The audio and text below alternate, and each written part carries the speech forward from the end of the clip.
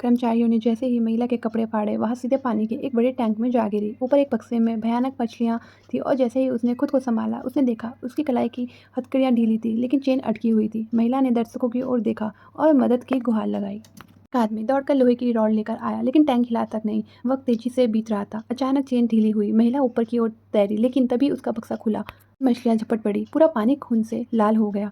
दर्शकों की चीखें इतनी गूंज उठी, लेकिन तभी तभी भीड़ के बीच से मैरी बाहर निकली, वही महिला जिसे सबने मरते देखा था। सब सन्न रह गए, क्योंकि वो सिर्फ एक जादू नहीं, एस्केप मास्टर थी। और उसके साथ खड़े थे 3 और मास्टर्स, जैक डेविड और Old Mac. Jack card, tricks का उस्ताद, किसी भी लड़की से एक कार्ड उठवाता और कार्ड हवा में ही सामने प्रकट हो जाता। डेविड उंगलियों का ऐसा खिलाड़ी जो चलते क्रूज पर जेब से घड़ी निकाल ले। और ओल्ड मैन एक ऐसा सम्मोहक गुरु जिसकी आंखों में देखते ही लोग अपना हर राज बता बैठते। शो के बाद उन्हें एक एरो कार्ड मिला, जिसके अंदर छुपा था एक सुराग। उन्होंने उसका पीछा किया और पहुंचे एक खाली कमरे में। मैरी ने वहां फूलदान में फूल रखा। पानी नीचे नाली में गया। सफेद धुआं उठा। उसने ऊपर लगा बल्ब घुमाया और तभी एक होलोग्राम उभरा। एक मायावी शो की पूरी रणनीति थी, जिसे देखकर चारों मंत्रमुग्ध रह गए।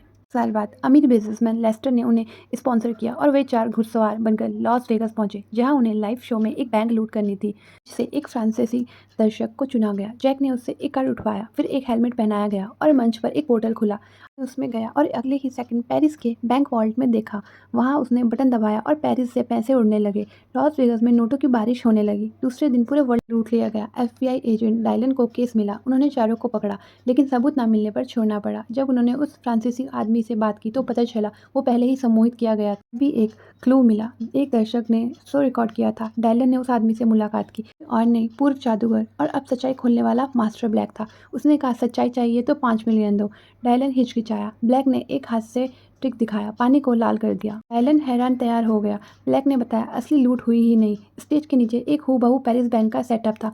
दर्शक पहले से ही चुने गए थे। किसी व्यक्ति सम्मोहित किया गया था। असली पैसे ट्रकों में थे, जिन्हें ड्रग्स से सुलाकर फेक नोटों से बदला गया था। और उन नकली नोटों में जादुई पेपर था, जो जलकर राख भी नहीं बनते। डायलन को सब समझ आ गया, लेकिन अब अगला शो शुरू हो गया था। ब्लैक गुस्से में उनसे मिलने पहुंचा, लेकिन जैसे ही उसके चुने कार्ड का पता उसकी जेब से चला, वो चौंक गया और बाहर निकल गया। शो शुरू हुआ। जैक ने खरगोश को डिब्बे में रखा और खोलते ही वह गायब। उसने समझाया, सब दर्पणों की चाल थी। फिर मैक ने दर्शकों को सम्मोहित कर दिया।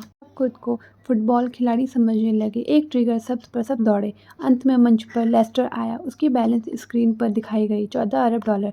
तभी किसी ने टॉर्च से स्क्रीन पर रोशनी डाली। $4 अरब गायब। और उसी पर दर्शकों के मोबाइल पर मैसेज आने लगे। पैसे उनके अकाउंट में आ गए। दरअसल यह सभी वो लोग थे जिन्हें लेस्टर की बीमा कंपनी ने धोखा दिया था। हॉल तालियों से गूंज उठा और लेस्टर गुस्से से तिलमिला उठा और वह गुस्से में वहां से चला गया।